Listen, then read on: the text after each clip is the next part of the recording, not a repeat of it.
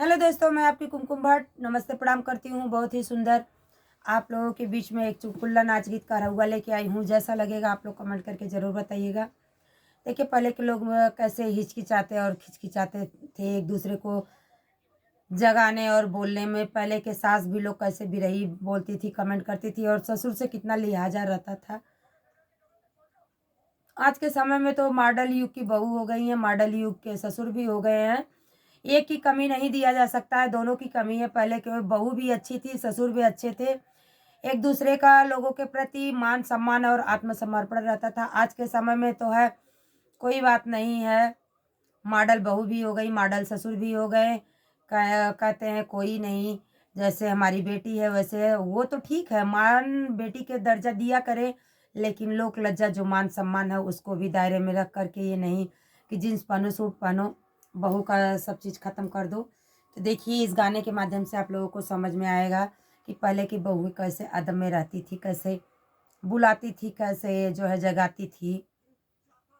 ज़रूर सुनिएगा। हमरे आंगने न हो, हमरे आंगने न बैठली चिरैया, उड़ौले नाही उड़ना नदी। हमरे आंगने न हो, हमरे आंगने न बैठली चिरैया, उड़ौले नाही उड़ना नदी। सास के जगाई तो बिरही बोलिया बोले, सास के जगाई तो बिरही बोलिया बोले। हमरे ससुरु न हो, हमरे ससुरु न सोवे, अलरनी दिया जगौले नाही जागन नदी। हमरे ससुरु न हो, हमरे ससुरु न सोवे, अलरनी दिया जगौले नाही जागे नदी। हमरे आंगने न हो, हमरे आंगने न बैठली चिरैया, उड़ौले नाही उड़ना नदी। हमरे आंगने न हो, हमरे आंगने न बैठली चिरैया, उड़ौले नाही उड़ना नदी।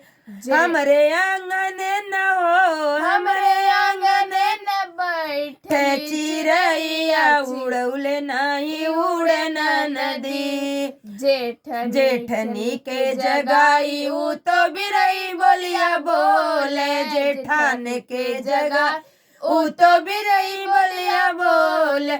हमरे जेठाऊ न हो, हमरे जेठाऊ न सोवे, अलरनी दिया जगौले नाही जागना नदी। हमरे जेठाऊ न हो, हमरे जेठाऊ न सोवे, अलरनी दिया जगौले नाही जागना नदी।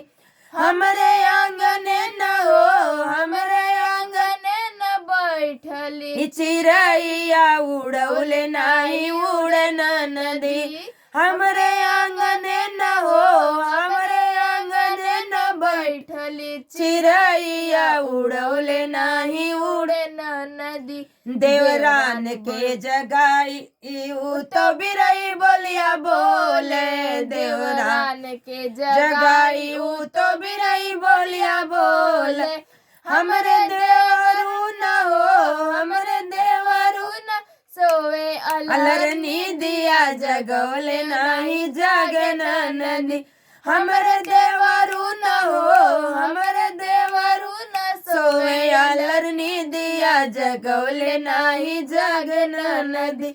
हमरे आंगने न हो, हमरे आंगने न बैठल चिरैया, उड़ौले नाही उड़ना नदी। हमरे आंगने न हो, हमरे आंगने न बैठली चिरैया, उड़ौले नाही उड़ना नदी। ननद के जगाई तो बिरही बोलिया बोले, ननद के जगाई तो बिरही बोलिया बोले। हमरे ननदोइया न हो, हमरे ननदोइया न सोवे, अलरनी दिया जगौले नहीं जागे नदी। हमरे ननदोइया न हो, हमरे ननदोइया न सोवे, अलरनी दिया जगौले नाही जागे नदी। हमरे ननदोइया न हो,